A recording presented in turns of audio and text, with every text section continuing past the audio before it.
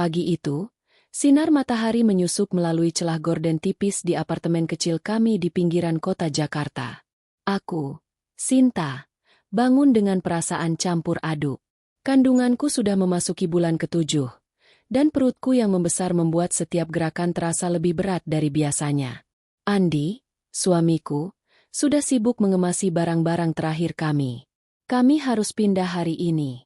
Bukan karena pilihan, tapi karena keadaan ekonomi yang semakin menekan. Gaji Andi sebagai karyawan kantor swasta tak lagi cukup untuk membayar sewa apartemen yang terus naik. Apalagi dengan biaya persiapan kelahiran bayi kami yang semakin mendekat. Andi, kamu yakin ini keputusan yang tepat? Tanyaku sambil memegang perutku, merasakan tendangan kecil dari bayi di dalam. Aku mencoba tersenyum, tapi hati kecilku gelisah. Kami akan pindah ke rumah ibu mertuaku, Bu Ratna, di kawasan pinggiran yang lebih murah. Andi bilang itu sementara, sampai keuangan kami stabil. Tapi aku tahu, rumah itu penuh dengan anggota keluarga yang rumit. Andi mendekat, memelukku dari belakang. Ya, sayang, ibu sudah setuju kita tinggal di sana. Lagi pula, rumah itu besar, dan ada saudara-saudaraku yang bisa membantu kalau ada apa-apa dengan kehamilanmu. Kata-katanya seharusnya menenangkan, tapi justru membuatku semakin cemas. Aku pernah bertemu Bu Ratna beberapa kali sebelum menikah, dan kesannya dingin. Dia selalu bicara tentang tanggung jawab keluarga, tapi dengan nada yang seperti perintah. Dan saudara-saudara Andi? Aku hanya tahu sekilas. 2 adik laki-laki, Budi dan Cakra, serta 2 adik perempuan, Rina dan Dina. Semuanya sudah dewasa, tapi tak satu pun yang bekerja. Andi bilang mereka sedang mencari peluang, tapi aku curiga itu alasan saja. Kami berangkat siang itu dengan mobil sewaan yang penuh barang. Perjalanan memakan waktu 2 jam, melewati kemacetan Jakarta yang tak pernah berubah. Aku duduk di kursi depan, tanganku memegang perut sambil mencoba tidur. Rasa mual masih sering datang, meski dokter bilang itu normal untuk trimester ketiga. Bayi kita kuat, ya, gumamku dalam hati, membayangkan wajah kecil yang akan segera lahir. Aku ingin memberikan yang terbaik untuknya. Tapi bagaimana kalau di rumah baru ini justru lebih sulit? Akhirnya, kami tiba di depan rumah Bu Ratna. Rumah itu adalah bangunan tua 2 lantai di kawasan perumahan sederhana, dengan halaman depan yang ditumbuhi rumput liar. Cat dindingnya sudah mengelupas di beberapa tempat, tapi ukurannya cukup besar untuk menampung banyak orang. Andi membunyikan klakson, dan tak lama kemudian, pintu depan terbuka. Bu Ratna muncul, wanita berusia sekitar 60 tahun dengan rambut pendek beruban dan mata yang tajam. Dia mengenakan daster sederhana, tapi sikapnya seperti ratu yang sedang menyambut tamu. Andi, akhirnya kalian datang juga, seru Bu Ratna sambil memeluk Andi sekilas. Lalu pandangannya beralih ke arahku. Sinta, ya? Masuklah, jangan berdiri di luar. Panas sekali hari ini. Nada suaranya ramah, tapi ada sesuatu yang membuatku merinding. Seperti sedang dinilai dari ujung rambut sampai ujung kaki. Aku tersenyum dan mengangguk. Terima kasih, Bu. Senang bisa tinggal di sini. Kami masuk ke dalam rumah. Udara di ruang tamu terasa pengap. Bau campuran masakan dan debu. Di sofa, 2 orang laki-laki sedang duduk sambil memainkan ponsel. Yang satu berbadan gemuk dengan rambut acak-acakan. Itu pasti Budi, adik Andi yang paling tua di antara saudara-saudaranya. Yang lain lebih kurus, dengan tato di lengan, Cakra. Mereka bahkan tak menoleh saat kami masuk. Bud, Cak, ini Sinta, istri Kak Andi, kata Bu Ratna dengan suara lantang. Barulah mereka angkat muka, mengangguk setengah hati, dan kembali ke ponsel masing-masing. Tak ada salam hangat atau obrolan. Di dapur, aku mendengar suara tawa perempuan. Rina dan Dina muncul, keduanya berusia awal 20-an. Rina yang lebih tinggi dengan makeup tebal, dan Dina yang lebih pendek dengan rambut diikat ponytail. Mereka melirikku, tapi tatapan mereka lebih ke perutku yang membesar. Wah, hamil besar ya, Mbak, kata Rina sambil tersenyum tipis. Kapan lahirannya? Bulan depan, Kalau lancar, jawabku sambil mencoba ramah. Dina hanya mengangguk, lalu kembali ke dapur. Bu Ratna mengajak kami ke kamar yang disiapkan. Itu kamar kecil di lantai atas, dengan tempat tidur sederhana dan lemari kayu tua. Ini kamar kalian. Saya sudah bersihkan kemarin.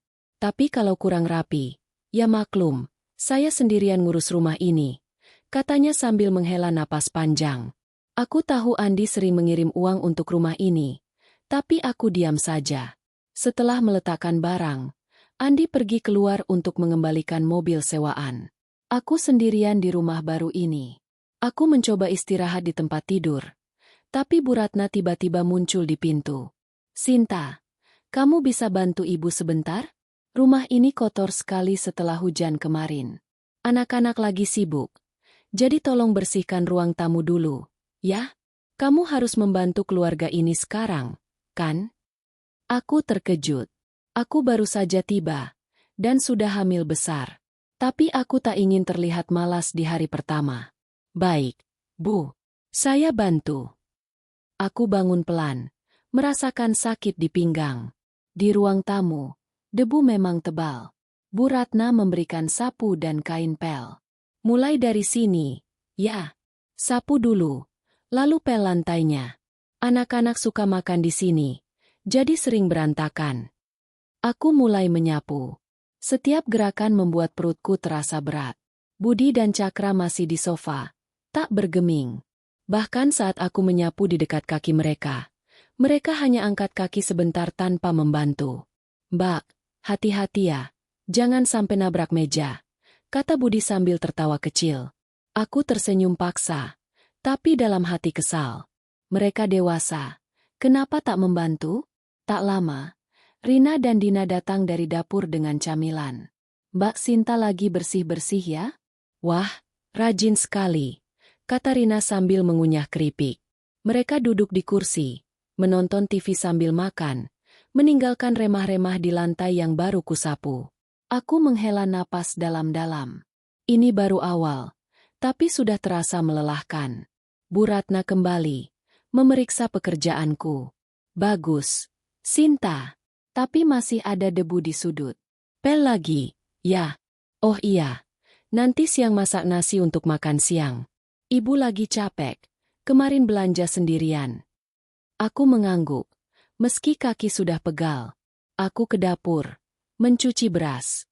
Dapur itu kotor, penuh piring bekas yang menumpuk. Aku mulai mencuci sambil memasak. Rasa lelah mulai menyerang, tapi aku ingat kata Andi, ini sementara. Saat makan siang, seluruh keluarga berkumpul. Andi sudah kembali. Bu Ratna duduk di kepala meja, menyendok nasi yang kumasak. Enak masakannya, Sinta. Besok tambah lauknya. Ya, anak-anak suka ayam goreng. Keempat saudara ipar makan lahap, tanpa ucapan terima kasih. Setelah makan, mereka kembali ke aktivitas masing-masing. Budi dan Cakra main game online. Rina dan Dina scrolling media sosial. Aku membersihkan meja, mencuci piring sendirian. Andi membantu sebentar, tapi Bu Ratna memanggilnya untuk bicara soal pekerjaan. Biarkan Sinta yang urus dapur.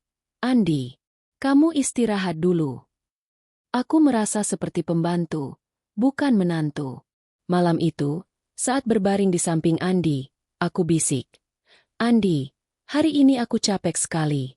Bu Ratna langsung suruh bersih-bersih. Andi memelukku. Maaf, sayang. Ibu begitu orangnya. Suka perintah. Besok aku bilang supaya kamu istirahat lebih banyak. Kamu kan hamil. Aku mengangguk. Tapi hati kecilku ragu. Ini baru hari pertama. Dan sudah seperti ini. Apa yang akan terjadi besok? Aku memeluk perutku. Berdoa agar bayi kami tetap sehat di tengah semua ini.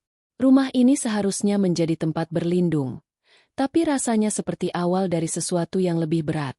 Keesokan paginya, Bu Ratna membangunkanku jam 6 pagi. Sinta, bangun.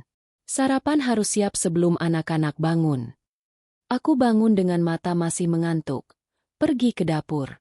Keempat saudara ipar masih tidur pulas. Aku memasak telur, nasi goreng, dan kopi. Saat mereka bangun satu persatu, mereka makan tanpa kata. Bu Ratna bilang, "Bagus, Sinta. Kamu cepat belajar. Nanti siang cuci baju keluarga. Ya, mesin cuci rusak. Jadi manual dulu." Hari itu berlalu dengan tugas demi tugas. Aku mencuci baju di ember besar, membungkuk berjam-jam meski perut besar. Sakit punggung datang, tapi aku tahan. Andi pergi kerja, meninggalkanku sendirian dengan mereka. Rina bahkan meminta, "Mbak, cuci baju aku yang merah itu hati-hati, ya? Jangan sampai luntur."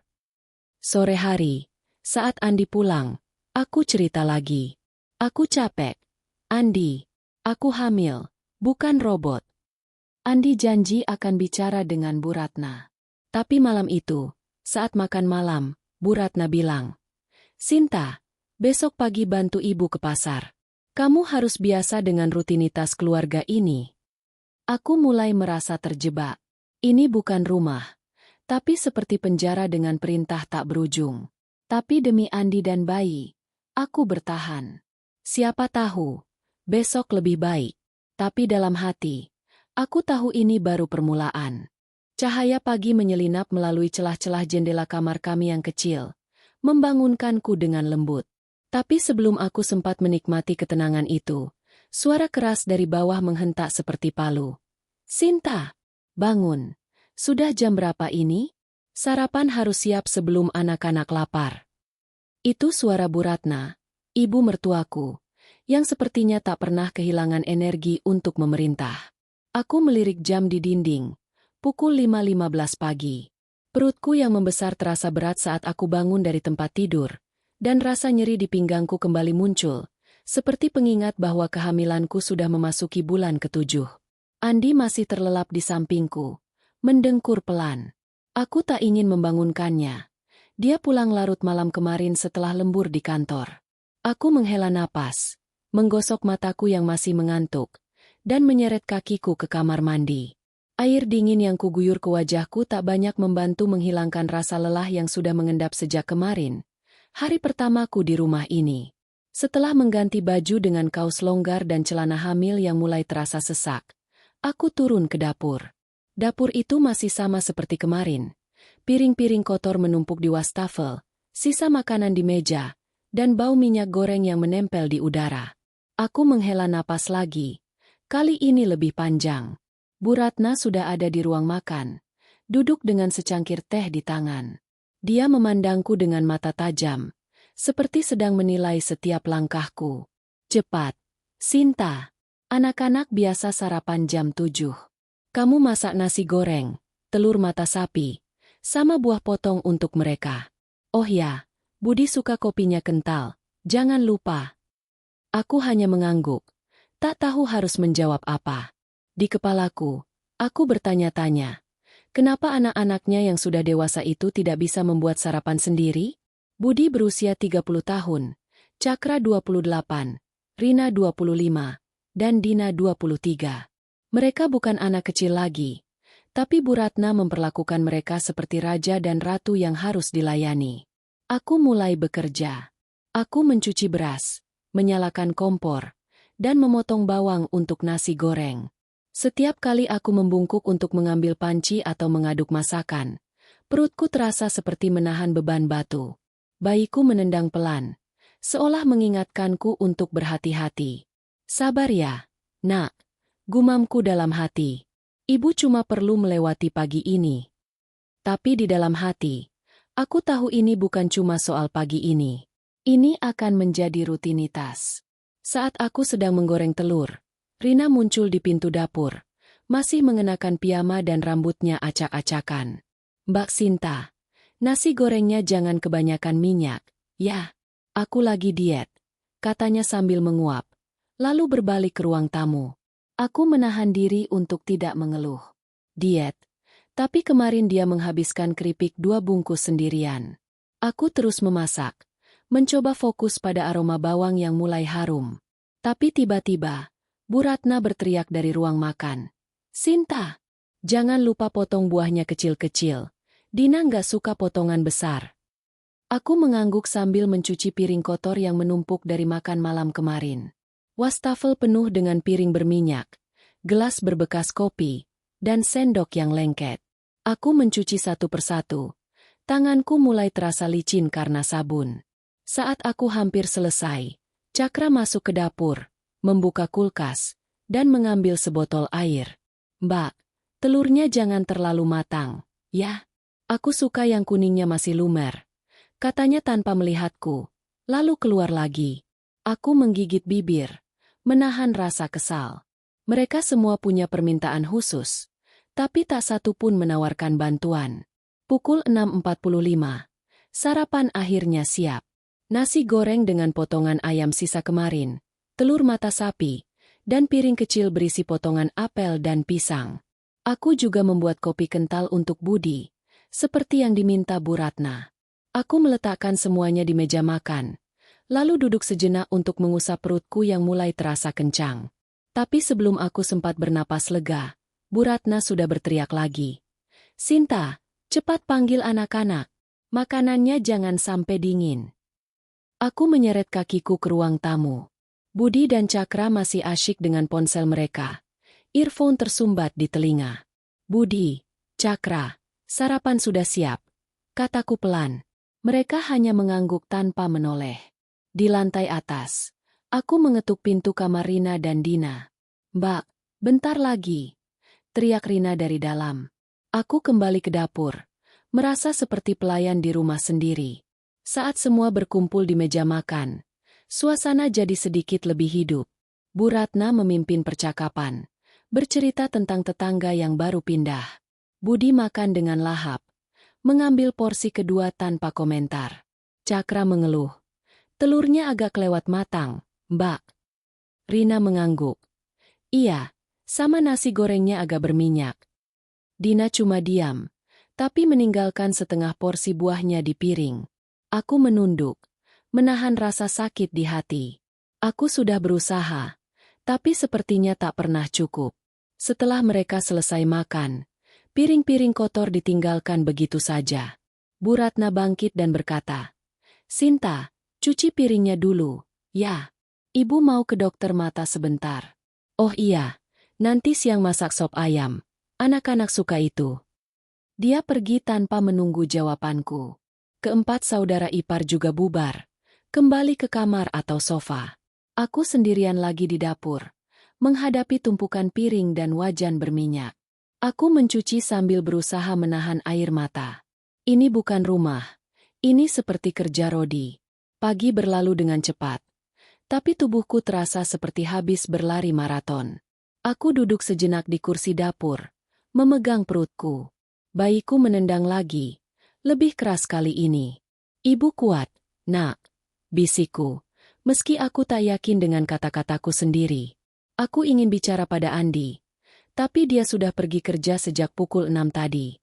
Aku hanya bisa mengirim pesan singkat. "Andi, aku capek banget. Ibu suruh masak dan cuci piring tiap hari. Aku hamil, loh." Andi membalas sejam kemudian. "Sabar ya, sayang. Nanti aku bicara sama ibu.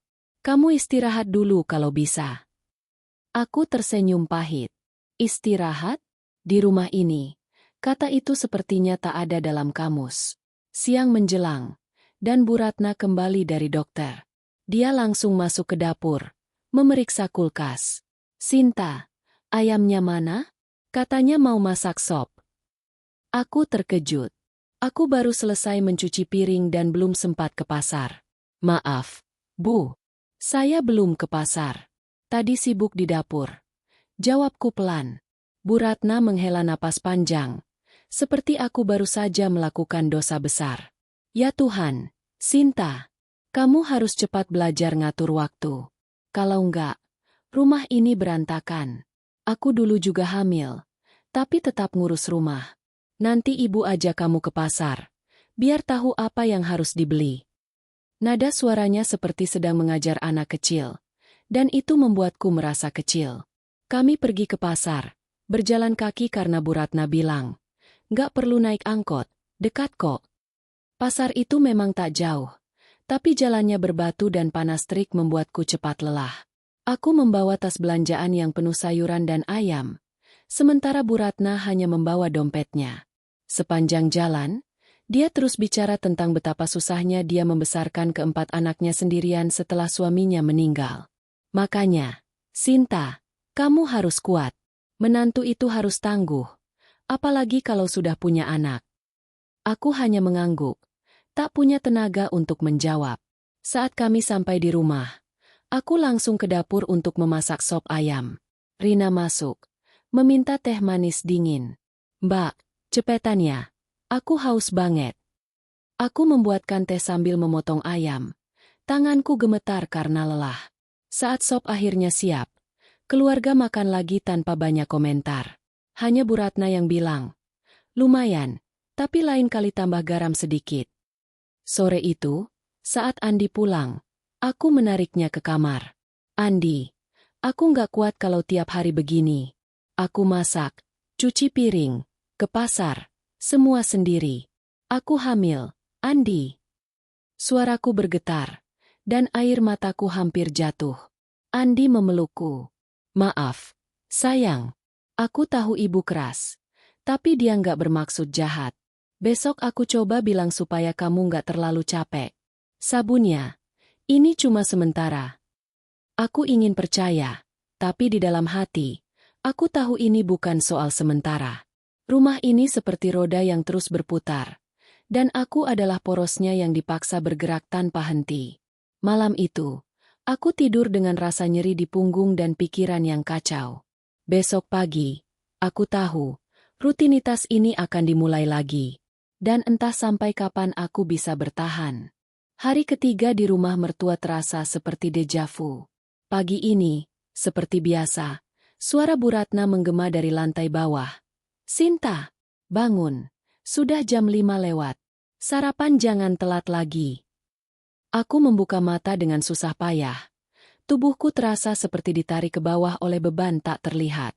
Kandunganku yang sudah memasuki minggu ke-28 membuat setiap gerakan terasa seperti perjuangan.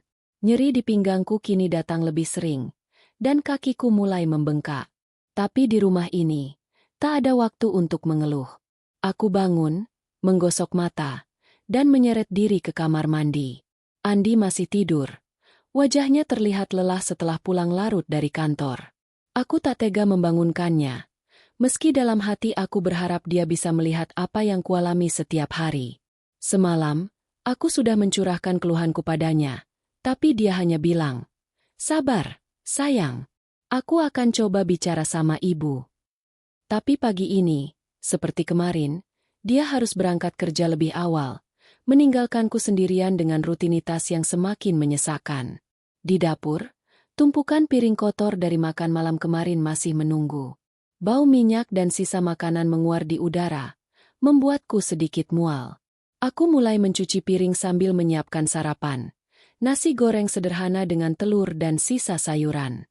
Bu Ratna masuk ke dapur, memeriksa apa yang kukerjakan. Sinta, jangan lupa bikin teh manis untuk Rina.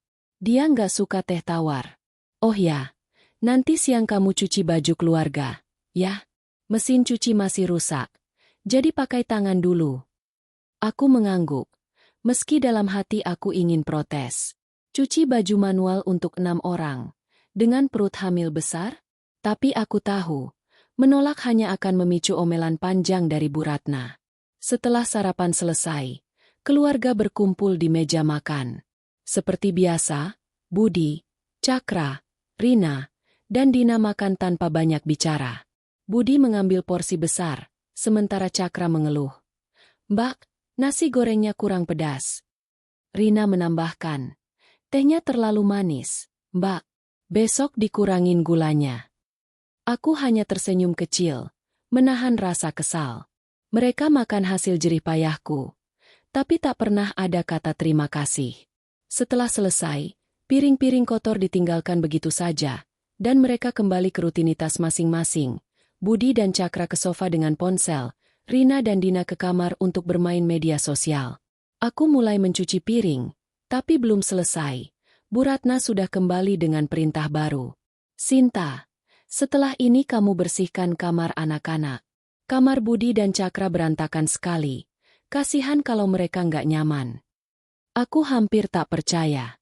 Kamar mereka berantakan karena mereka sendiri yang tak pernah merapikan. Tapi aku hanya mengangguk. Tak ingin memulai pertengkaran. Aku naik ke lantai atas, membawa sapu dan kain pel. Kamar Budi dan Cakra memang seperti kapal pecah. Pakaian kotor berserakan di lantai. Gelas dan piring bekas camilan menumpuk di meja. Dan bau kaos kaki kotor menyengat. Aku mulai menyapu. Setiap gerakan membuat punggungku terasa seperti ditusuk. Bayiku menendang keras, seolah merasakan ketidaknyamananku. Sabar, nak, bisikku, mencoba menenangkan diri sendiri. Saat aku sedang merapikan kamar Budi, dia masuk dengan wajah cemberut. Mbak, jangan pindahin barang-barang di mejaku. Aku susah nyarinya nanti. Aku mengangguk. Meski dalam hati aku ingin bertanya kenapa dia tak merapikan sendiri barang-barangnya. Setelah selesai dengan kamar Budi dan Cakra, aku pindah ke kamar Rina dan Dina. Keadaannya tak jauh berbeda. Pakaian berserakan, botol kosmetik bertebaran, dan tempat tidur tak pernah dirapikan. Rina bahkan sempat berteriak dari dalam kamar. "Mbak, lantainya pel basah aja, jangan sampai karpetku kena air." Aku kembali ke bawah. Tubuhku sudah terasa seperti habis mengangkat beban berat. Tapi tugasku belum selesai. Bu Ratna menungguku di ruang tamu dengan ember besar penuh pakaian kotor. "Ini baju-baju keluarga. Cuci sekarang, Sinta, biar cepat kering. Cuaca lagi bagus." Aku memandang ember itu dengan perasaan putus asa. Ada puluhan potong pakaian, mulai dari kaos, celana, hingga sprei. Dengan mesin cuci yang rusak, aku harus mencuci semuanya dengan tangan. Aku menyeret ember ke halaman belakang. Tempat ember dan sikat cuci sudah menunggu. Matahari sudah tinggi. Panasnya membuatku berkeringat dalam hitungan menit. Aku membungkuk, menggosok pakaian satu persatu. Setiap gerakan membuat perutku terasa kencang, dan nyeri di pinggangku semakin parah. Aku mencoba mengatur napas. Mengingatkan diri sendiri bahwa ini demi bayiku, demi keluargaku. Tapi di dalam hati, aku mulai bertanya, sampai kapan aku harus begini? Tiba-tiba, Dina muncul di halaman, memegang ponsel. "Mbak, ini bajuku yang putih. Cuci hati-hati ya, jangan sampai luntur. Mahal ini." Dia melemparkan sehelai blus ke ember tanpa melihatku, lalu kembali masuk. Aku menahan napas. Mencoba menahan amarah. Mereka semua memperlakukanku seperti pembantu, bukan bagian dari keluarga. Mencuci memakan waktu hampir 3 jam. Tanganku mulai lecet karena sabun dan sikat, dan kakiku terasa seperti akan ambruk. Saat aku akhirnya selesai dan menjemur pakaian, Bu Ratna datang lagi. "Sinta, sudah selesai? Bagus. Sekarang ke pasar. Beli ikan untuk makan malam. Ibu mau ke tetangga sebentar." Dia menyerahkan daftar belanjaan dan selembar uang, lalu pergi tanpa menunggu jawabanku. Aku menatap daftar itu. Ikan, sayuran, bumbu dapur, dan beberapa kebutuhan lain. Pasar tak jauh, tapi berjalan kaki dalam kondisiku sekarang terasa seperti hukuman. Aku mengganti sandal dan berjalan perlahan, menahan nyeri di setiap langkah. Di pasar, aku harus menawar harga, membawa tas belanjaan yang berat, dan menahan mual karena bau ikan segar. Orang-orang di pasar melirik perutku. Beberapa bertanya, "Ibu hamil kok belanja sendiri?" Aku hanya tersenyum kecil, tak tahu harus menjawab apa. Kembali ke rumah, aku langsung ke dapur untuk menyiapkan makan malam. Aku membersihkan ikan, memotong sayuran, dan memasak sambil berdiri. Rasa lelah sudah melampaui batas, tapi aku tak punya pilihan. Saat makan malam disajikan, keluarga makan seperti biasa, tanpa banyak komentar. Hanya Bu Ratna yang berkata, "Ikan ini agak amis, Sinta. Besok pilih yang lebih segar." Aku hanya mengangguk, terlalu lelah untuk membela diri. Malam itu, saat Andi pulang, aku menariknya ke kamar. Air mataku akhirnya tumpah. "Andi, aku nggak kuat. Dari pagi sampai malam aku kerja terus. Cuci baju, bersihkan kamar, ke pasar, Masak. Aku hamil. Andi. Aku butuh istirahat. Suaraku bergetar, dan aku tak bisa menahan isakku. Andi memelukku erat. Wajahnya penuh rasa bersalah. Maaf, sayang. Aku nggak tahu seberat ini. Besok aku bicara sama ibu. Serius. Aku minta dia kasih kamu waktu istirahat. Aku ingin percaya, tapi hatiku ragu. Bu Ratna bukan orang yang mudah dibujuk, dan anak-anaknya sepertinya sudah terbiasa hidup seperti ini. Sebelum tidur, aku memegang perutku, merasakan tendangan kecil dari bayiku. Ibu akan kuat untukmu, bisikku. Meski aku tak yakin berapa lama lagi aku bisa bertahan. Aku mencoba tidur, tapi pikiranku dipenuhi bayangan tugas-tugas besok.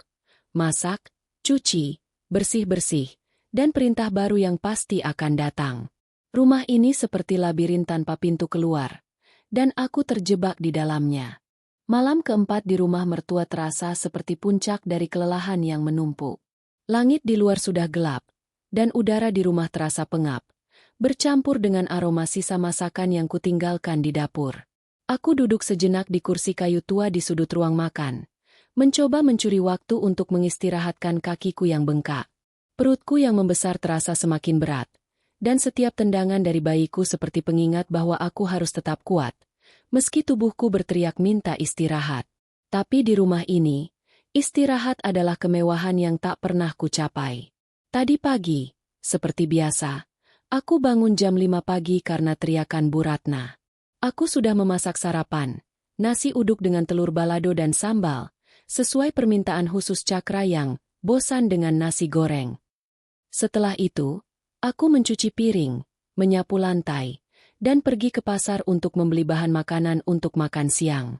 Siangnya, aku memasak rendang dan sayur kolplai, lalu membersihkan kamar Rina dan Dina yang penuh dengan pakaian dan kosmetik berserakan. Setiap tugas terasa seperti gunung yang harus kudaki, dan setiap kali aku selesai dengan satu, Bu Ratna selalu punya perintah baru. Sekarang, jam sudah menunjukkan pukul 19.30. Aku baru selesai mencuci piring sisa makan malam, gulai ayam dan tumis kangkung yang kumasak tadi sore. Dapur masih berantakan, dengan wajan berminyak dan sisa bumbu yang menempel di kompor. Aku ingin segera naik ke kamar, berbaring, dan memejamkan mata. Tapi Bu Ratna muncul di pintu dapur, tangannya bersedekap di dada. Sinta, dapur ini masih kotor. Bersihkan dulu sebelum tidur. Besok pagi ibu mau masak sendiri, jadi kompor harus bersih. Nadanya datar, tapi penuh otoritas, seperti perintah yang tak bisa dibantah. Aku mengangguk lemas, tak punya tenaga untuk menjawab. Baik, Bu. Gumamku sambil mengambil spons dan sabun cuci piring. Aku mulai menggosok kompor. Setiap gerakan membuat punggungku terasa seperti akan patah. Bayiku menendang keras, seolah memprotes kelelahanku. Aku berbisik pelan. Sabar, nak. Sebentar lagi selesai. Tapi aku tahu itu bohong. Di rumah ini, tidak ada yang pernah selesai. Saat aku sedang membersihkan kompor, Rina masuk ke dapur dengan ponsel di tangan. Matanya tak lepas dari layar. Mbak, buatin aku teh manis dingin, dong. Panas banget malam ini, katanya tanpa melihatku. Aku menahan napas, mencoba menahan rasa kesal yang menggelegak.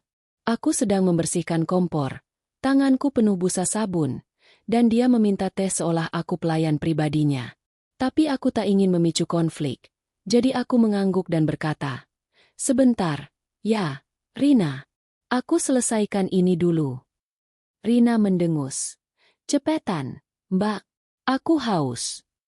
Dia lalu duduk di meja makan, masih asyik dengan ponselnya. Aku buru-buru membilas tangan, mengambil gelas, dan membuat teh manis dingin. Saat aku menyerahkan gelas itu, Rina hanya mengangguk tanpa kata terima kasih, lalu kembali ke kamarnya. Aku menatap punggungnya, merasa seperti tak lebih dari bayangan di rumah ini. Setelah dapur akhirnya bersih, aku kembali duduk, mencoba mengatur napas. Tapi belum sempat aku menikmati hening, Bu Ratna kembali.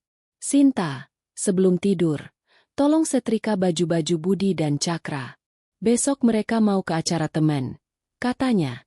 Baju di jemuran sudah kering. Aku menatapnya. Tak percaya. Setrika? Sekarang? Jam sudah hampir pukul 21. Dan aku belum makan malam karena sibuk melayani keluarga. Bu, boleh besok pagi saja? Saya capek sekali, kataku pelan, berharap ada sedikit belas kasihan. Tapi wajah Bu Ratna mengeras. Sinta, kamu tahu kan, anak-anak harus kelihatan rapi. Kalau besok pagi, kamu pasti sibuk masak sarapan. Sekarang aja, mumpung masih sempat. Nada suaranya seperti memarahi anak kecil, dan aku merasa semakin kecil di hadapannya. Aku menyeret kakiku ke ruang belakang, tempat meja setrika tua berdiri. Tumpukan baju Budi dan Cakra sudah menunggu. Kaos, kemeja, dan celana jeans yang berat. Aku menyalakan setrika. Panasnya langsung membuatku berkeringat. Setiap kali aku menggerakkan setrika, perutku terasa kencang, dan nyeri di pinggangku semakin tajam. Aku mencoba fokus, tapi pikiranku dipenuhi keluhan yang tak bisa kuluapkan. Kenapa mereka tak bisa setrika sendiri? Budi dan Cakra sudah dewasa, tapi mereka seperti anak kecil yang dimanjakan. Saat aku sedang menyetrika kemeja Budi, dia muncul di pintu, memegang sekaleng soda. Mbak, kemeja biru itu jangan sampai kusut. Ya, aku mau pakai besok, katanya sambil menyeruput minumannya. Lalu pergi lagi. Aku menggigit bibir, menahan amarah. Aku ingin berteriak, tapi aku tahu itu tak akan mengubah apa-apa. Aku terus menyetrika. Tanganku gemetar karena lelah. Pukul 22.30. Aku akhirnya selesai. Kakiku terasa seperti akan ambruk, dan kepalaku pusing. Aku kembali ke dapur untuk minum air. Tapi tiba-tiba aku merasa dunia berputar. Aku memegang meja untuk menahan diri. Napasku tersengal. Bayiku menendang lagi, lebih keras dari biasanya, seolah memperingatkanku. Aku duduk perlahan, mencoba menenangkan diri. Tuhan, tolong beri aku kekuatan. Bisikku, air mata mulai menggenang. Tapi sebelum aku sempat pulih, Bu Ratna muncul lagi. Sinta, kenapa masih di sini? Baju-bajunya sudah selesai disetrika. Aku mengangguk lemas. Sudah, Bu. Dia mengangguk puas, tapi lalu menambahkan. Oh ya, besok pagi masak bubur ayam. Ibu mau ke dokter. Jadi sarapan harus cepat siap. Kamu tidur sekarang, biar nggak kesiangan. Dia berbalik pergi, meninggalkanku sendirian di dapur yang dingin. Aku menyeret diri ke kamar. Tubuhku terasa seperti terbuat dari timah. Andi sudah tidur, mendengkur pelan. Aku tak ingin membangunkannya, tapi aku tak bisa menahan air mataku. Aku duduk di tepi ranjang, menangis pelan. Andi, aku nggak kuat, bisikku, meski aku tahu dia tak mendengar. Aku memegang perutku, merasakan tendangan kecil dari bayiku. Ibu akan bertahan untukmu, kataku. Tapi suaraku bergetar. Aku tak yakin berapa lama lagi aku bisa menjalani ini. Aku berbaring, mencoba tidur, tapi pikiranku dipenuhi bayangan tugas besok. Bangun jam 5, masak bubur ayam, mencuci piring, membersihkan rumah, dan pasti ada perintah baru dari Bu Ratna. Aku merasa seperti roda yang terus berputar tanpa henti. Dan aku adalah bagian yang paling aus. Malam itu, aku tertidur dengan rasa lelah yang meresap hingga ke tulang, dan mimpi buruk tentang dapur yang tak pernah bersih. Pagi kelima di rumah mertua dimulai dengan suara yang sudah terlalu familiar.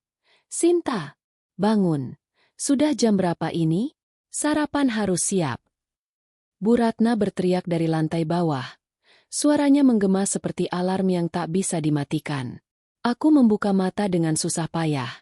Kepalaku terasa berat karena kurang tidur. Semalam, aku baru tertidur setelah tengah malam. Tubuhku masih gemetar karena kelelahan dari tugas-tugas yang tak pernah selesai.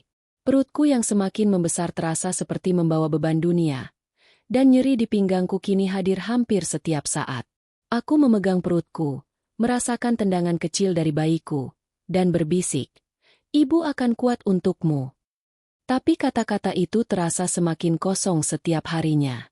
Aku menyeret diri ke kamar mandi, menyiram wajahku dengan air dingin untuk mengusir kantuk. Di cermin, aku melihat bayangan diriku sendiri. Mata sembab, wajah pucat, dan rambut yang mulai kusut karena tak sempat merawat diri. Aku menghela napas, mencoba mengumpulkan sisa tenaga, lalu turun ke dapur.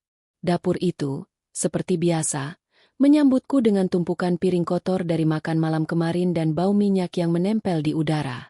Aku mulai mencuci piring sambil menyiapkan sarapan, bubur ayam, sesuai perintah Bu Ratna semalam. Saat aku sedang mengaduk bubur di panci, Rina muncul di pintu dapur, masih mengenakan piyama dan rambutnya diikat asal-asalan. "Mbak Sinta, baju putihku yang kemarin aku bilang itu mana? Aku mau pakai hari ini," katanya dengan nada santai tapi penuh tuntutan. Aku menoleh, mencoba menahan rasa kesal yang mulai menggelegak. "Sudah kujemur di halaman belakang, Rina." "Masih basah, mungkin sore baru kering," jawabku sambil terus mengaduk bubur. Rina mengerutkan kening. Wajahnya berubah kesal. "Loh, kok belum kering? Aku bilangkan itu baju mahal. Harus dicuci hati-hati dan cepat kering. Mbak nggak bisa nyuci lebih cepat apa?" Nada suaranya seperti memarahi. Dan aku merasa darahku naik ke kepala. Aku sudah mencuci puluhan pakaian kemarin dengan tangan, dalam kondisi hamil besar. Dan dia masih mengeluh? "Rina, aku cuci kemarin sore, tapi cuaca mendung, jadi lambat kering." Jelasku sepelan mungkin, berusaha tetap tenang. Tapi Rina mendengus. "Ya ampun, Mbak. Kalau gitu, cuci ulang sekarang pakai tangan. Tapi hati-hati. Aku butuh baju itu siang ini." Dia berbalik pergi tanpa menunggu jawabku, meninggalkanku dengan perasaan seperti ditampar. Aku mengepalkan tangan, mencoba menahan air mata. Aku ingin berteriak bahwa aku bukan pembantu, bahwa aku hamil dan lelah. Tapi aku tahu itu tak akan mengubah apa-apa. Aku kembali ke bubur, mencoba fokus pada aroma ayam dan daun bawang. Tapi pikiranku dipenuhi kemarahan. Kenapa Rina bisa seenaknya memerintahku? Dia berusia 25 tahun, sehat, dan tak punya pekerjaan. Kenapa dia tak mencuci bajunya sendiri? Sarapan akhirnya siap pukul 6.45. Aku menyajikan bubur ayam dengan telur rebus, bawang goreng, dan sambal di meja makan.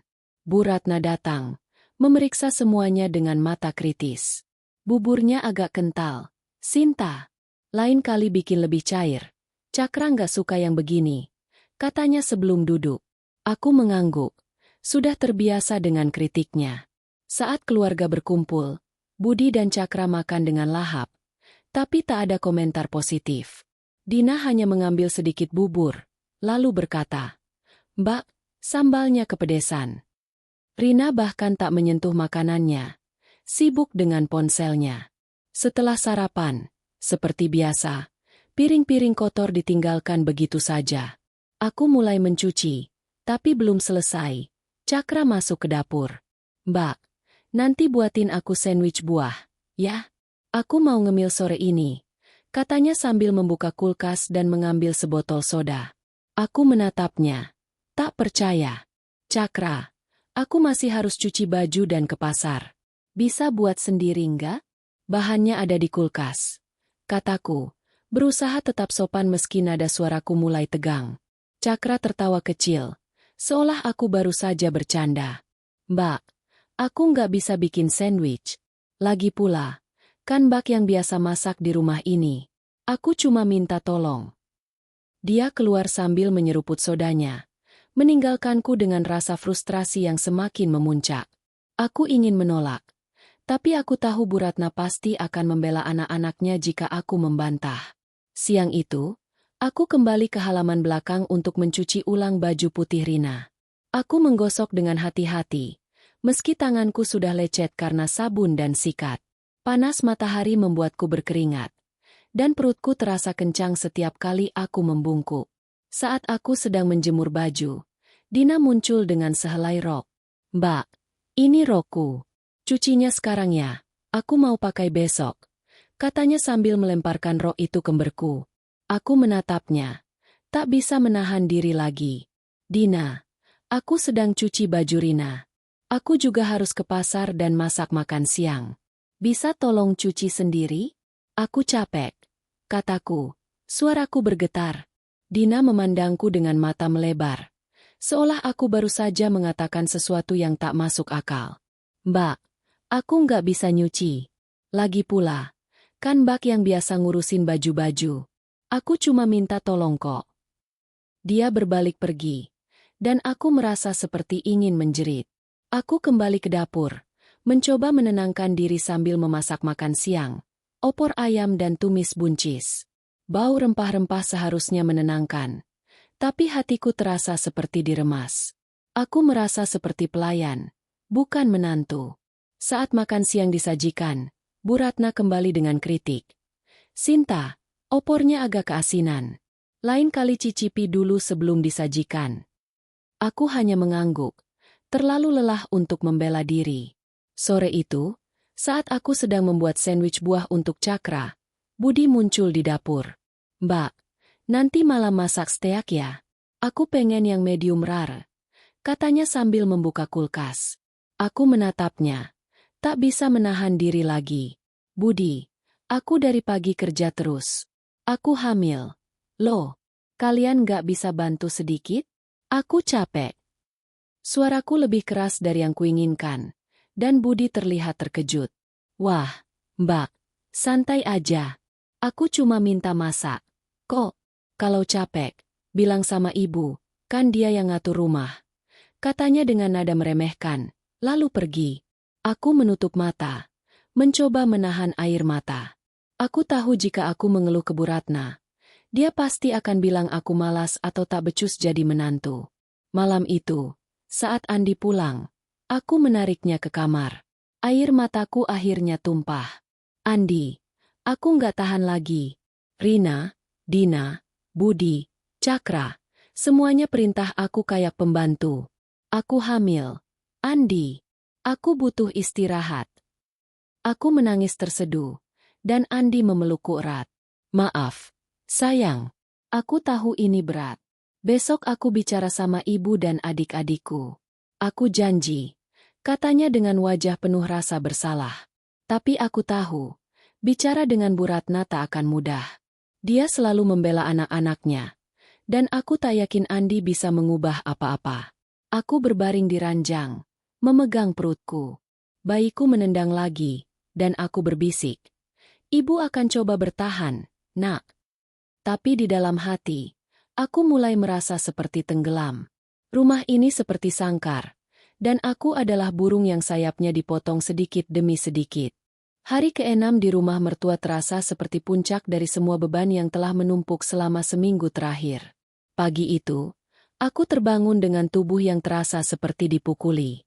Nyeri di pinggangku kini bukan lagi sekadar ketidaknyamanan, melainkan tusukan tajam yang muncul setiap kali aku bergerak. Perutku yang semakin membesar terasa kencang, dan kakiku bengkak hingga sandal yang biasa kupakai terasa sesak. Aku memegang perutku, merasakan tendangan pelan dari bayiku, dan berbisik, "Ibu akan bertahan, nak." Tapi kali ini, kata-kata itu terasa seperti mantra yang kehilangan kekuatannya. Seperti biasa, suara Bu Ratna menggema dari lantai bawah sebelum jam 5 pagi berlalu. "Sinta, bangun. Sarapan harus siap.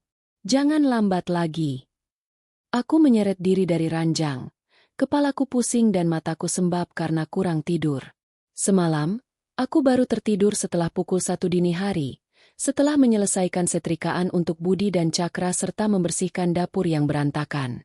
Andi sudah berjanji akan bicara dengan ibunya, tapi pagi ini dia harus berangkat kerja lebih awal lagi, meninggalkanku sendirian dengan rutinitas yang seperti roda yang terus berputar tanpa henti. Di dapur, tumpukan piring kotor dari makan malam kemarin menyambutku. Bau sisa gulai ayam dan minyak goreng membuatku mual, sesuatu yang semakin sering terjadi akhir-akhir ini. Aku mulai mencuci piring sambil menyiapkan sarapan, nasi goreng dengan sosis dan telur, sesuai permintaan Rina yang ingin sesuatu yang beda. Setiap kali aku membungkuk untuk mengambil panci atau mengaduk masakan, perutku terasa seperti diremas. Aku mencoba mengatur napas, tapi dadaku terasa sesak, dan pandanganku kadang-kadang berkunang-kunang. Saat aku sedang memotong sosis, Bu Ratna masuk ke dapur, memeriksa dengan mata kritisnya. Sinta, jangan lupa bikin kopi untuk Budi. Dia suka yang kental. Oh ya, nanti siang kamu ke pasar. Beli daging untuk makan malam. Ibu mau masak rendang, tapi kamu yang siapin bahannya. Aku mengangguk lemas. Tak punya tenaga untuk menjawab. Dalam hati, aku ingin bertanya kenapa dia tak pernah meminta anak-anaknya untuk membantu. Tapi aku tahu itu hanya akan memicu omelan. Sarapan selesai tepat waktu, dan keluarga berkumpul di meja makan. Budi mengambil porsi besar, Cakra mengeluh bahwa telurnya terlalu kering, dan Dina hanya memainkan makanannya dengan sendok, berkata, "Mbak, nasi gorengnya kurang asin." Rina bahkan tak menyentuh makanannya, sibuk dengan ponselnya. Aku menunduk, menahan rasa sakit di hati. Aku sudah berusaha sekuat tenaga, tapi tak pernah ada pujian, hanya kritik dan perintah baru. Setelah mereka selesai makan, piring-piring kotor ditinggalkan begitu saja. Aku mulai mencuci, tapi tiba-tiba aku merasa perutku berkontraksi dengan keras. Ini bukan tendangan biasa dari bayiku. Rasanya seperti ada yang mencengkeram dari dalam. Aku memegang meja dapur, mencoba mengatur napas, tapi rasa sakit itu datang lagi, lebih kuat. Aku duduk perlahan di kursi. Keringat dingin mulai membasahi dahi.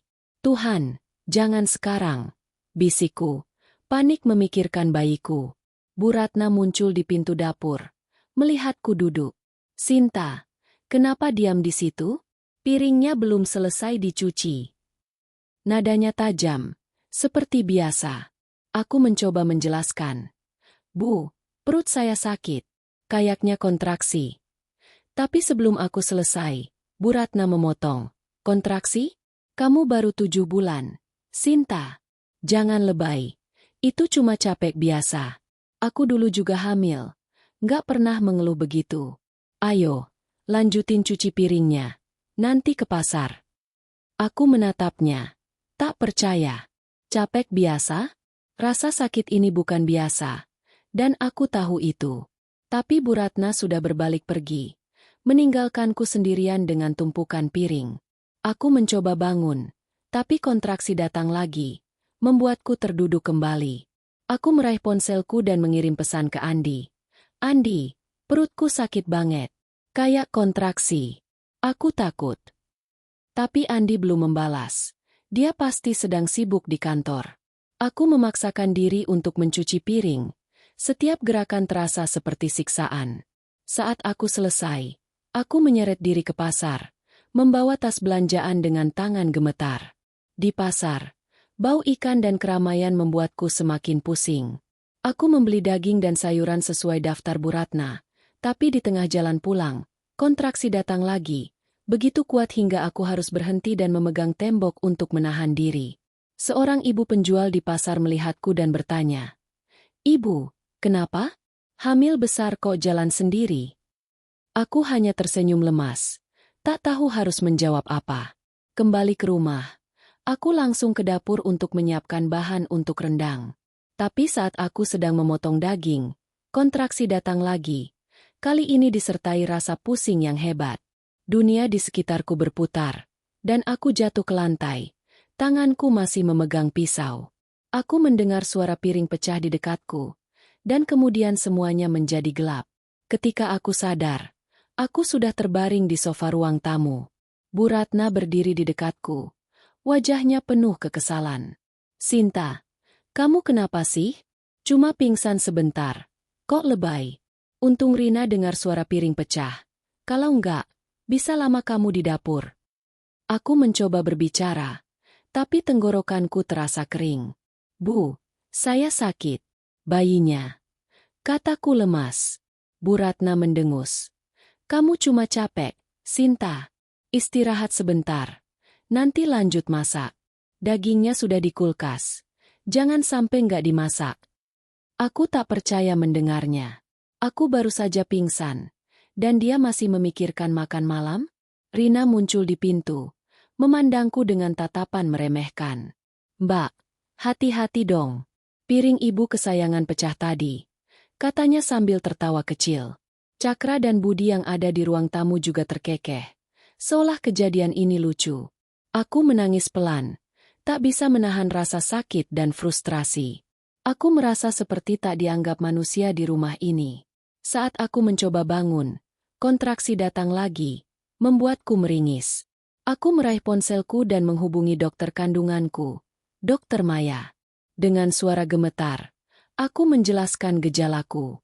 Sinta, itu mungkin kontraksi palsu, tapi bisa juga tanda bahaya.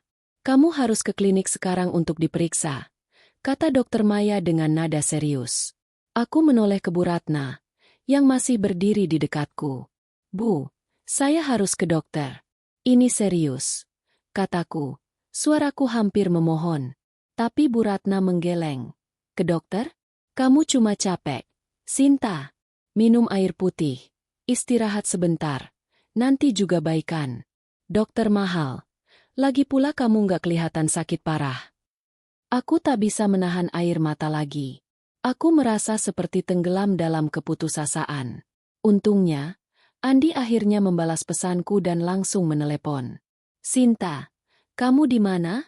Aku pulang sekarang, katanya dengan nada panik. Aku menjelaskan apa yang terjadi, dan dia memintaku menunggu. Andi tiba setengah jam kemudian. Wajahnya penuh kekhawatiran.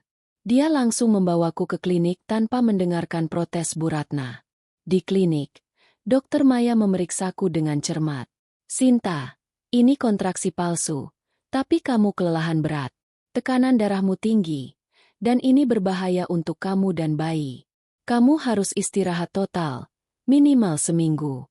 Tidak boleh kerja fisik berat, katanya tegas.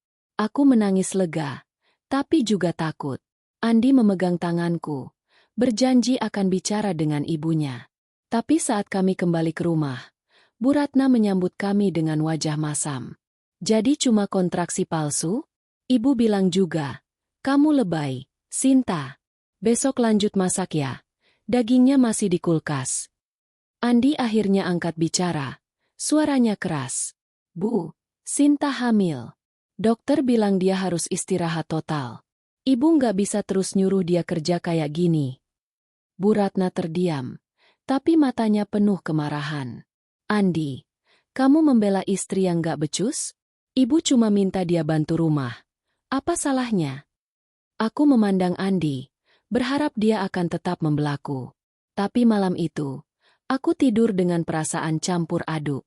Dokter bilang aku harus istirahat. Tapi aku tahu Bu Ratna tak akan menerima itu begitu saja. Rumah ini seperti medan perang, dan aku merasa seperti prajurit yang kehabisan amunisi. Hari ketujuh di rumah mertua terasa seperti puncak dari semua tekanan yang telah menumpuk selama seminggu terakhir. Setelah kejadian pingsan kemarin, tubuhku terasa semakin rapuh. Kontraksi palsu yang kualami membuatku takut. Tapi peringatan dokter untuk istirahat total sepertinya tak berarti apa-apa di rumah ini. Pagi ini, aku terbangun dengan tubuh yang terasa seperti ditarik ke bawah oleh beban tak terlihat. Nyeri di pinggang dan kakiku yang bengkak semakin parah. Dan perutku terasa kencang setiap kali aku bergerak. Aku memegang perutku, merasakan tendangan kecil dari bayiku, dan berbisik. Ibu akan kuat untukmu, nak. Tapi kelelahan dan keputusasaan mulai menggerogoti tekadku. Andi semalam sudah berjanji akan bicara serius dengan Bu Ratna. Setelah kami pulang dari klinik, dia marah besar saat tahu ibunya memaksaku untuk terus bekerja meski aku baru pingsan. Bu, Sinta hamil. Dokter bilang dia harus istirahat total. Ibu nggak bisa nyuruh dia kerja terus kayak gini. Katanya dengan nada tegas yang jarang kulihat. Tapi Bu Ratna hanya mendengus. Andi, kamu lebay. Ibu cuma minta dia bantu rumah. Dulu ibu juga hamil. Nggak pernah mengeluh begitu. Aku tahu, perintah Bu Ratna tak akan berhenti begitu saja. Dan pagi ini membuktikan dugaanku. Seperti biasa, suara Bu Ratna menggema dari lantai bawah sebelum jam 5 pagi. Sinta, bangun. Rumah ini harus bersih hari ini. Keluarga besar mau datang sore ini. Aku terkejut. Keluarga besar? Tak ada yang memberitahuku sebelumnya. Aku menyeret diri dari ranjang. Kepalaku masih pusing dari kejadian kemarin. Andi sudah bangun. Tapi dia harus berangkat kerja lebih awal lagi karena ada rapat penting. Sebelum pergi, dia memelukku dan berbisik. Sabar ya, sayang. Aku akan pulang cepat dan bicara lagi sama ibu. Jangan kerja terlalu berat. Aku mengangguk. Tapi hatiku berat. Aku tahu Bu Ratna tak akan mendengarkan. Di dapur, tumpukan piring kotor dari makan malam kemarin masih menunggu, bersama dengan wajan berminyak dan sisa bumbu yang menempel di kompor. Aku mulai mencuci piring sambil menyiapkan sarapan. Nasi uduk dengan ayam goreng dan sambal, sesuai permintaan Bu Ratna untuk sesuatu yang spesial, karena tamu akan datang. Setiap gerakan membuatku meringis, dan perutku terasa kencang lagi. Aku mencoba mengatur napas, tapi rasa lelah sudah meresap hingga ke tulang. Saat aku sedang menggoreng ayam, Rina muncul di pintu dapur, memegang ponsel seperti biasa. Mbak, bajuku yang putih itu sudah kering belum? Aku mau pakai sore ini buat ketemu sepupu-sepupu. Katanya tanpa melihatku. Aku menahan napas, mencoba menahan kesal. Sudah kering. Rina. Di jemuran belakang. Jawabku pelan. Tapi Rina mendengus. Mbak, setrika dulu dong. Aku nggak mau pakai baju kusut di depan keluarga. Dia berbalik pergi, meninggalkanku dengan perasaan seperti ditampar. Aku menyelesaikan sarapan dan menyajikannya di meja makan. Bu Ratna datang, memeriksa dengan mata kritis. Sinta, ayamnya jangan terlalu berminyak. Keluarga besar nanti pasti komentar kalau makanannya nggak enak. Katanya sebelum duduk. Budi, Cakra, Rina, dan Dina makan seperti biasa, tanpa pujian. Cakra hanya berkomentar. Sambalnya kurang pedas, Mbak. Aku mengangguk. Sudah terbiasa dengan kritik mereka. Setelah sarapan, Bu Ratna memanggilku ke ruang tamu. Sinta, hari ini rumah harus bersih total. Keluarga besar datang jam 4 sore. Kamu sapu dan pel seluruh lantai, bersihkan kamar mandi, dan cuci gordin di ruang tamu. Oh ya, nanti siang masak opor ayam, rendang, sama sayur lodeh. Mereka suka makanan tradisional. Aku menatapnya. Tak percaya. Membersihkan seluruh rumah dan memasak 3 jenis masakan berat dalam kondisiku sekarang? Aku ingin protes.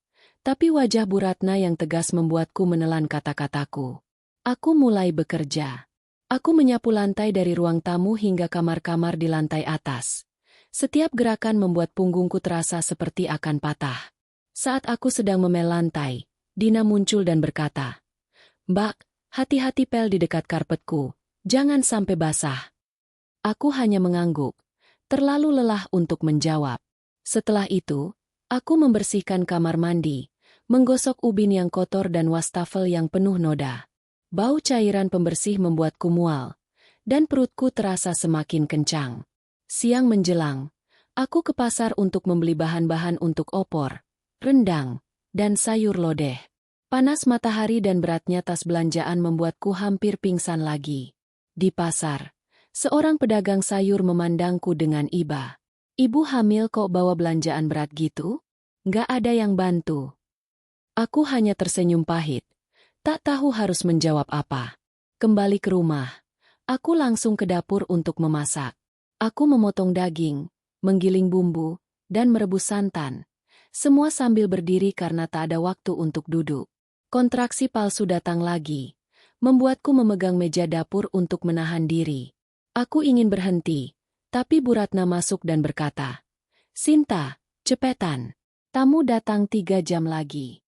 Jangan sampai malu-maluin keluarga ini. Aku mengangguk. Air mata mulai menggenang tapi ku tahan. Saat aku sedang mengaduk rendang, Cakra muncul. Mbak, buatin aku jus mangga, dong. Aku haus. Katanya sambil membuka kulkas. Aku ingin menolak. Tapi aku tahu itu tak akan mengubah apa-apa.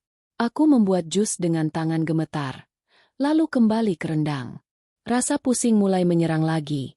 Tapi aku memaksakan diri untuk terus bekerja. Pukul 16. Tamu mulai berdatangan. Rumah dipenuhi suara tawa dan obrolan keluarga besar. Aku masih di dapur, menyelesaikan sayur lodeh. Bu Ratna masuk, memeriksa masakanku. Sinta, Cepetan sajikan makanannya. Jangan sampai tamu nunggu. Aku mengangguk, menahan rasa sakit di perut dan punggung. Aku menyajikan makanan di meja makan. Tanganku gemetar saat mengangkat panci berat. Saat makan malam dimulai, keluarga besar memuji masakan, tapi Bu Ratna yang mengambil kredit. Sinta cuma bantu sedikit, ibu yang ngatur semuanya, katanya sambil tersenyum bangga. Aku menunduk, merasa seperti tak dianggap. Budi, Cakra, Rina, dan Dina duduk bersama tamu, tertawa dan mengobrol, sementara aku kembali ke dapur untuk mencuci piring yang mulai menumpuk. Tiba-tiba, kontraksi datang lagi. Kali ini begitu kuat hingga aku jatuh ke lantai. Piring yang kupegang pecah, dan suaranya menggema. Aku memegang perutku, mencoba bernapas, tapi dunia di sekitarku berputar. Rina muncul di pintu dapur, memandangku dengan tatapan kesal. "Mbak, lagi-lagi piring pecah? Ibu pasti marah," katanya sambil tertawa kecil. Budi dan Cakra yang mendengar keributan juga datang, terkekeh seolah ini lelucon. "Mbak Sinta, ratu drama banget," kata Cakra sambil menggelengkan kepala. Aku tak bisa menahan air mata lagi. Aku menangis terseduh di lantai dapur. Rasa sakit dan penghinaan bercampur menjadi satu. Bu Ratna muncul, wajahnya penuh kemarahan. "Sinta, kamu kenapa sih? Malu-maluin di depan tamu. Bangun, bersihkan piring pecah itu." Aku mencoba bangun, tapi kontraksi datang lagi, membuatku meringis. Untungnya, Andi tiba saat itu. Dia melihatku di lantai, wajahnya pucat. "Sinta, kamu kenapa?" Dia berlari ke arahku, mengabaikan tamu yang masih ada di ruang makan. "Bu, Sinta sakit. Kenapa ibu biarin dia kerja terus?" teriaknya. Suaranya penuh kemarahan. Bu Ratna mendengus. "Andi, jangan lebay. Dia cuma pingsan lagi. Bantu rumah sedikit kok drama." Tapi Andi tak mendengarkan. Dia mengangkatku dengan hati-hati dan membawaku ke kamar. "Sinta, kita ke dokter sekarang," katanya dengan nada tegas. Aku hanya mengangguk, terlalu lelah untuk berbicara. Malam itu, di klinik, dokter memeriksaku lagi. "Sinta, kamu harus istirahat total. Tekanan darahmu sangat tinggi, dan ini bisa membahayakan bayimu. Kalau terus begini, kamu bisa melahirkan prematur," katanya dengan wajah serius. Andi memegang tanganku. Wajahnya penuh rasa bersalah. "Maaf, sayang. Aku nggak akan biarin ini terjadi lagi," katanya. Tapi saat kami kembali ke rumah, Bu Ratna menyambut kami dengan wajah masam. "Jadi cuma kontraksi palsu lagi? Sinta, besok kamu harus bantu bersihin sisa acara tadi. Rumah ini berantakan." Aku memandang Andi, berharap dia akan membelaku lagi. Tapi aku tahu, perjuangan ini belum selesai. Rumah ini seperti penjara, dan aku masih terjebak di dalamnya. Malam ketujuh di rumah mertua menjadi titik balik yang tak pernah kubayangkan. Setelah kejadian pingsan kedua di dapur, Andi bersikeras membawaku ke klinik meskipun Bu Ratna masih menganggapku lebay. Kontraksi yang kualami semakin sering, dan rasa pusing serta nyeri di perutku tak lagi bisa diabaikan. Di klinik, Dokter Maya memeriksaku dengan wajah penuh kekhawatiran. "Sinta, ini bukan lagi kontraksi palsu. Kamu menunjukkan tanda-tanda stres berat, dan tekanan darahmu sangat tinggi. Kalau terus begini, kamu berisiko melahirkan prematur. Kamu harus dirawat di sini setidaknya 3 hari untuk pemantauan ketat," katanya tegas. Andi memegang tanganku erat. Wajahnya penuh rasa bersalah dan ketakutan. Aku hanya mengangguk, terlalu lelah untuk berbicara. Di dalam hati, aku merasa lega bisa keluar dari rumah itu, meski hanya sementara. Andi menelpon kantor untuk meminta cuti, lalu menemaniku di kamar rawat inap. Malam itu, untuk pertama kalinya dalam seminggu, aku bisa berbaring tanpa memikirkan piring kotor atau perintah baru dari Bu Ratna. Tapi pikiranku masih dipenuhi kekhawatiran. Apa yang akan terjadi ketika aku kembali ke rumah itu? Keesokan harinya, Andi duduk di samping ranjangku, memandangku dengan mata penuh penyesalan. "Sinta, maafkan aku. Aku nggak sadar seberat ini kamu di rumah. Aku janji, aku akan atur semuanya supaya kamu nggak kerja berat lagi. Katanya, suaranya bergetar. Aku ingin percaya, tapi pengalaman seminggu terakhir membuatku ragu. Andi, ibu nggak akan dengar. Adik-adikmu juga nggak akan berubah. Aku nggak tahu bisa bertahan berapa lama lagi. Kataku pelan. Air mata mengalir di pipiku. Andi mengangguk. Wajahnya menegang. Kali ini aku serius. Sinta, aku nggak akan biarin mereka nyakitin kamu dan bayi kita lagi. Dia mencium keningku. Lalu pergi untuk mengurus administrasi rumah sakit. Aku memandang langit-langit kamar rawat inap. Merasakan tendangan kecil dari bayiku. Kita akan baik-baik saja, nak. Bisikku. Meski aku masih tak yakin. 2 hari kemudian, dokter mengizinkanku pulang dengan syarat ketat. Istirahat total, tidak boleh mengangkat beban berat, dan menghindari stres. Andi membawaku kembali ke rumah mertua. Tapi kali ini dia bersikap berbeda. Begitu kami tiba, dia mengumpulkan Bu Ratna, Budi, Cakra, Rina, dan Dina di ruang tamu. Aku duduk di sofa, merasa canggung tapi juga lega karena Andi akhirnya mengambil langkah. Ibu, Budi, Cakra, Rina, Dina, kata Andi dengan suara tegas. Sinta hamil 7 bulan, dan dia baru saja pingsan 2 kali karena kelelahan. Dokter bilang dia bisa melahirkan prematur kalau terus dipaksa kerja berat. Mulai sekarang, Sinta nggak akan masak, nyuci, atau bersihin rumah. Kalau ibu dan kalian nggak bisa bantu, aku akan bawa Sinta pindah ke tempat lain. Ruangan menjadi hening. Bu Ratna memandang Andi dengan mata melebar. Seolah tak percaya anaknya berbicara begitu. Andi, kamu ngancam ibu? Sinta cuma bantu rumah. Apa salahnya? Dulu ibu juga ngurus semuanya saat hamil. Katanya dengan nada tinggi. Andi tak bergeming. Bu, Sinta bukan pembantu. Dia istriku. Ibu dari anakku. Kalau ibu nggak bisa menghormati itu, kami akan cari tempat lain untuk tinggal. Aku serius. Aku memandang Andi. Hatiku hangat mendengar dia membelaku dengan tegas. Tapi di saat yang sama, aku tahu ini tak akan mudah. Rina mendengus dari sudut ruangan. Kak, Mbak Sinta emang lebay. Pingsan dikit langsung ke dokter. Kami juga capek. Loh, nggak cuma dia. Cakra dan Budi mengangguk setuju. Sementara Dina hanya diam, memainkan ponselnya. Aku menunduk. Merasa sakit hati mendengar kata-kata mereka. Andi menatap adik-adiknya dengan tatapan tajam. Kalian bilang capek? Kalian cuma duduk main ponsel. Sementara Sinta kerja dari pagi sampai malam. Mulai sekarang, kalian cuci baju sendiri, bikin makan sendiri. Kalau nggak bisa, belajar. Suaranya keras, dan untuk pertama kalinya, aku melihat Budi dan Cakra terdiam, tak berani membantah. Bu Ratna masih mencoba membela diri. Andi, ini rumah ibu. Kamu nggak bisa ngatur-ngatur begini. Tapi Andi memotong. Kalau ibu nggak setuju, kami pindah. Aku sudah cari kontrakan kecil, dan aku akan bawa Sinta pergi kalau keadaan nggak berubah. Dia menatap ibunya dengan tegas, dan aku bisa melihat Bu Ratna mulai goyah. Setelah pertemuan itu, suasana di rumah menjadi tegang. Bu Ratna tak lagi berteriak memanggilku pagi-pagi, tapi dia juga tak berbicara denganku.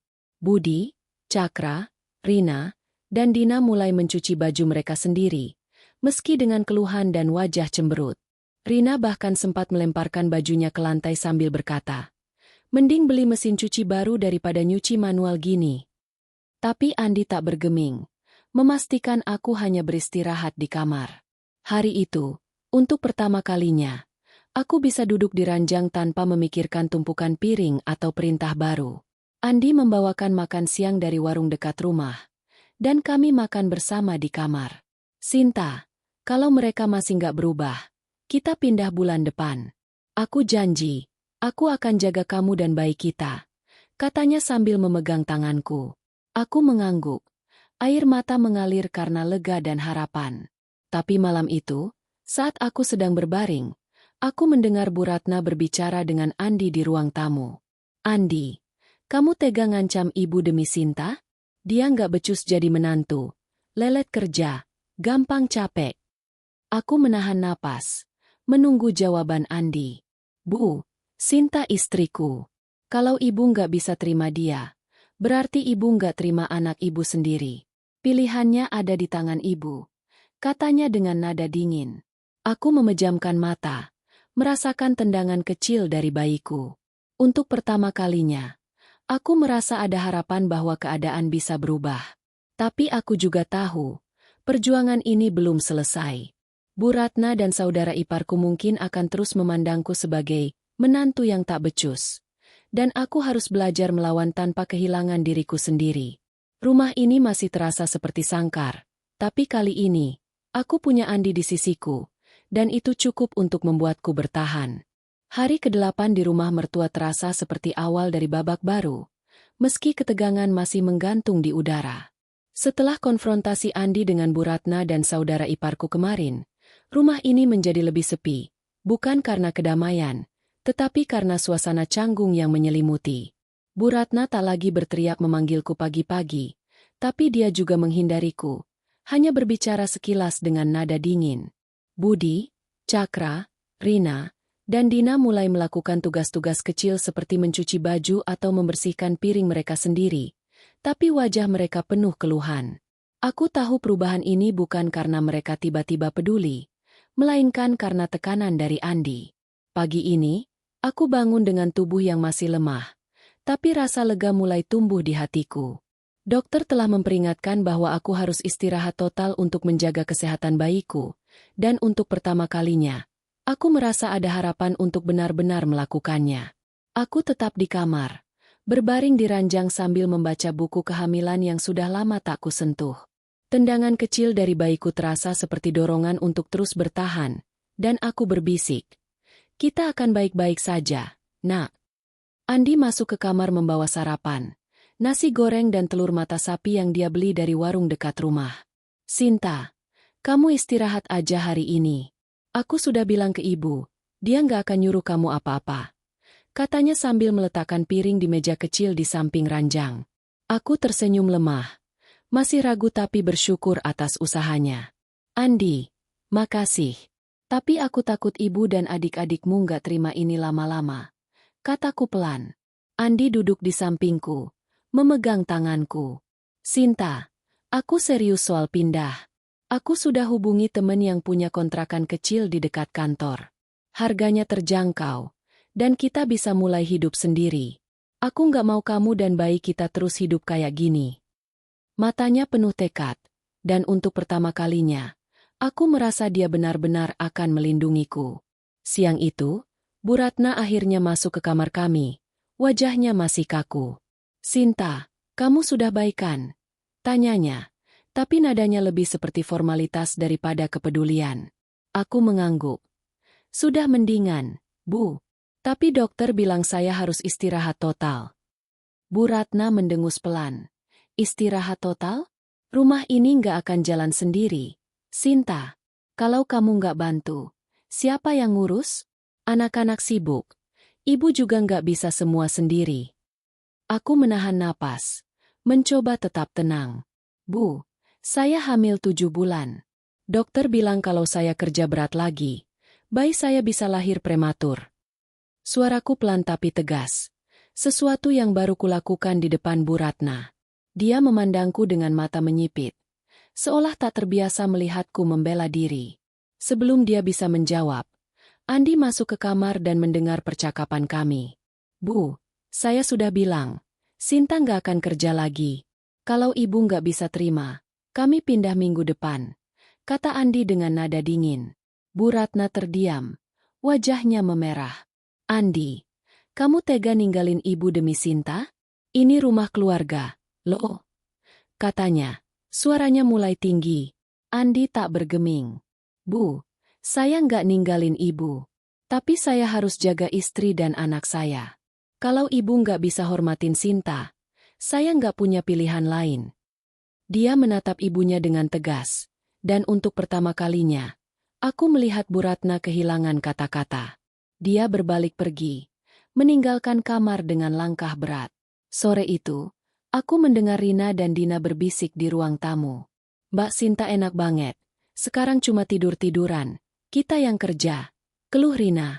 Dina menambahkan. Iya, padahal dulu dia yang ngurus semuanya. Sekarang kita disuruh nyuci sendiri. Males banget. Aku menahan air mata. Merasa bersalah tapi juga marah. Mereka tak pernah menghargai apa yang kulakukan selama ini. Dan sekarang mereka mengeluh karena harus bertanggung jawab atas diri sendiri. Malam itu, Andi duduk bersamaku di kamar, menunjukkan foto kontrakan yang dia temukan. Lihat, Sinta. 2 kamar. Kecil tapi cukup buat kita dan bayi. Dekat kantor. Jadi aku bisa pulang cepat tiap hari. Katanya dengan antusias. Aku memandang foto itu. Rumah sederhana dengan dinding putih dan halaman kecil. Hatiku hangat membayangkan hidup di sana. Bebas dari perintah Bu Ratna dan keluhan saudara ipar. Kalau kita pindah, apa ibu nggak akan marah? Tanyaku, masih khawatir. Andi tersenyum kecil. Biar ibu marah. Yang penting kamu dan bayi kita sehat. Aku akan atur semuanya. Dia mencium keningku. Dan aku merasa beban di pundakku sedikit berkurang. Hari berikutnya, Andi mulai mengurus proses pindahan. Dia menghubungi pemilik kontrakan dan mengatur jadwal untuk melihat tempatnya. Sementara itu, aku tetap di kamar, menghindari Bu Ratna dan saudara ipar. Tapi sore itu, Budi masuk ke kamar tanpa mengetuk. Wajahnya penuh kekesalan. Mbak, kalau kalian pindah, siapa yang ngurus rumah? Ibu nggak bisa sendiri, loh. Katanya dengan nada menuduh. Aku menatapnya, mencoba tetap tenang. Budi, aku hamil dan dokter bilang aku nggak boleh kerja berat. Kalian sudah besar. Bisa bantu ibu, kan? Kataku, berusaha tegas. Budi mendengus. Mbak, kami juga sibuk. Kalau Mbak nggak bantu, rumah ini bakal berantakan. Dia pergi sebelum aku bisa menjawab, meninggalkanku dengan rasa frustrasi. Malam itu, Andi pulang dengan kabar baik. Kontrakan sudah disetujui, dan kami bisa pindah dalam 3 hari. Sinta, kita mulai packing besok. Aku akan ambil cuti lagi untuk bantu kamu, katanya. Aku mengangguk. Air mata mengalir karena lega. Untuk pertama kalinya, aku merasa ada jalan keluar dari sangkar ini. Tapi saat kami mulai mengemasi barang, Bu Ratna masuk ke kamar. Wajahnya penuh kemarahan. Andi, kamu beneran mau ninggalin ibu? Sinta yang nyuruh kamu pindah, ya? Katanya, menatapku dengan tatapan penuh tuduhan. Aku ingin membela diri, tapi Andi lebih cepat. Bu, ini keputusan saya. Sinta nggak nyuruh apa-apa. Saya cuma mau jaga istri dan anak saya. Kalau ibu mau kami stay, ibu dan adik-adik harus berubah. Bu Ratna terdiam, lalu berbalik pergi tanpa kata. Aku tahu dia tak akan mudah menerima. Tapi aku juga tahu aku tak bisa terus hidup seperti ini. Malam itu, aku tidur dengan perasaan campur aduk. Lega karena ada harapan untuk kebebasan, tapi juga takut akan reaksi Bu Ratna dan saudara ipar. Aku memegang perutku, merasakan tendangan bayiku, dan berbisik. Sebentar lagi, Nak, kita akan punya rumah sendiri. Untuk pertama kalinya dalam seminggu, aku tertidur dengan sedikit ketenangan di hati. Hari ke-10 di rumah mertua menjadi hari terakhir kami di sana, dan perasaan di hatiku bercampur antara lega, takut, dan harapan.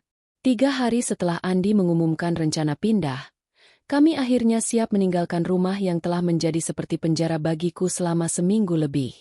Kontrakan kecil yang Andi temukan sudah resmi menjadi milik kami untuk beberapa bulan ke depan, dan meski sederhana, aku membayangkan kebebasan yang akan kurasakan di sana. Aku memegang perutku, merasakan tendangan kecil dari bayiku, dan berbisik. Kita akan mulai lagi, Nak, di tempat yang lebih baik. Pagi itu, aku dan Andi sibuk mengemas barang-barang kami. Kotak-kotak kardus berisi pakaian, buku, dan beberapa peralatan dapur kecil sudah tertata rapi di sudut kamar. Aku bergerak pelan, masih lemah karena peringatan dokter untuk tidak memaksakan diri. Andi mengambil alih sebagian besar pekerjaan, memastikan aku hanya mengemas barang ringan. Sinta, Duduk aja kalau capek. Biar aku yang angkat-angkat. Katanya setiap kali aku mencoba membantu. Aku tersenyum, bersyukur atas perhatiannya. Tapi hatiku masih berdebar memikirkan reaksi Bu Ratna. Bu Ratna sendiri hampir tak berbicara denganku sejak konfrontasi dengan Andi.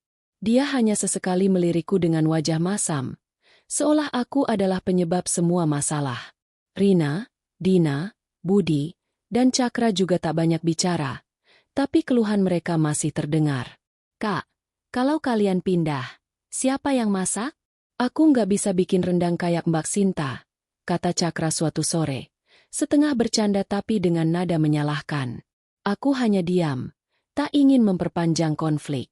Hari ini, saat truk kecil yang Andi sewa tiba untuk mengangkut barang, Bu Ratna akhirnya muncul di pintu kamar kami. Andi, kamu beneran mau ninggalin ibu? Hanya karena Sinta nggak kuat bantu rumah? Katanya, suaranya penuh kekecewaan. Aku menunduk, merasa bersalah meski tahu aku tak salah. Andi berhenti mengemas, menatap ibunya dengan tegas. Bu, ini bukan soal Sinta nggak kuat. Ini soal kesehatan dia dan bayi kami. Dokter bilang dia nggak boleh kerja berat lagi. Ibu dan adik-adik nggak pernah hargain usaha Sinta. Kami pindah demi kebaikan kami sendiri, kata Andi. Nadanya dingin tapi penuh tekad. Bu Ratna membuka mulut untuk membantah, tapi tak ada kata yang keluar. Dia hanya menggelengkan kepala dan pergi, meninggalkan suasana yang semakin tegang. Saat kami memasukkan kotak-kotak terakhir ke truk, Rina dan Dina berdiri di teras, memandang kami dengan wajah cemberut. Mbak, kalau kalian pindah, jangan harap aku datang ke kontrakan kalian. Ribet, kata Rina dengan nada sinis.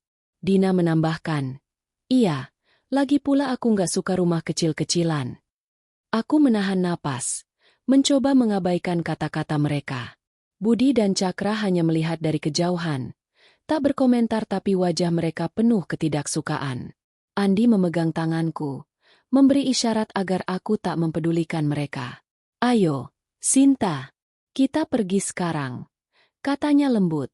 Kami naik ke truk, dan saat kendaraan itu mulai bergerak meninggalkan rumah mertua, aku merasa beban besar terangkat dari pundakku.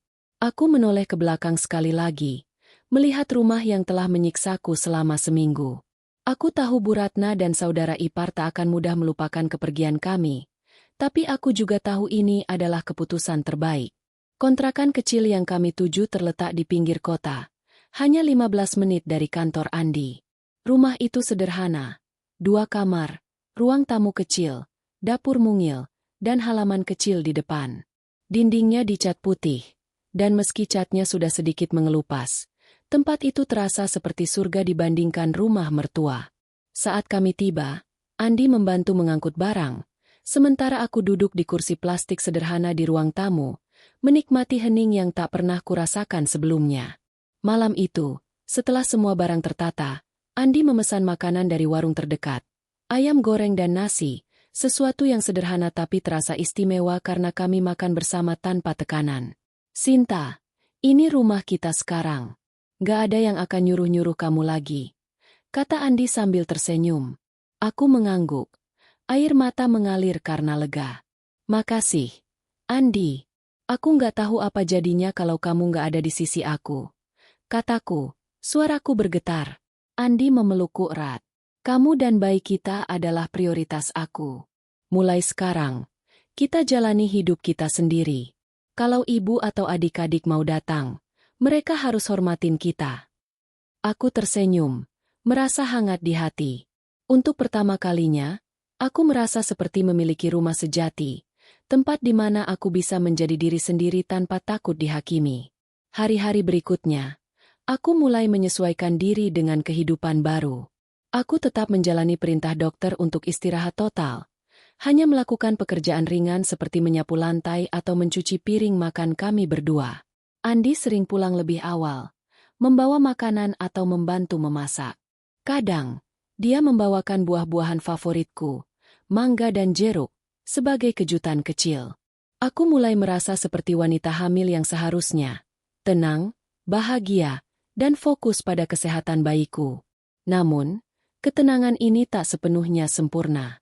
Beberapa hari setelah pindah, Bu Ratna menelepon Andi, mengeluh bahwa rumahnya kini berantakan karena tak ada yang ngurus seperti Sinta. Rina juga mengirim pesan sinis, meminta resep rendangku karena yang dibikin ibu nggak enak. Andi menanggapi dengan sopan tapi tegas, mengatakan bahwa mereka harus belajar mandiri. Aku tahu mereka masih kesal, tapi aku tak lagi merasa bersalah. Aku sudah memberikan semua yang ku bisa selama di rumah itu, dan sekarang saatnya aku menjaga diriku sendiri.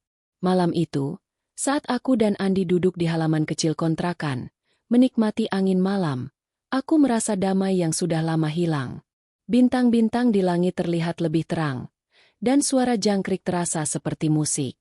Aku memegang perutku, merasakan tendangan bayiku yang semakin kuat. Kita sudah sampai di sini. Nak, ini rumah kita sekarang, bisikku. Andi memelukku dari samping, dan untuk pertama kalinya dalam waktu yang lama, aku tertidur tanpa mimpi buruk, hanya harapan untuk masa depan yang lebih baik.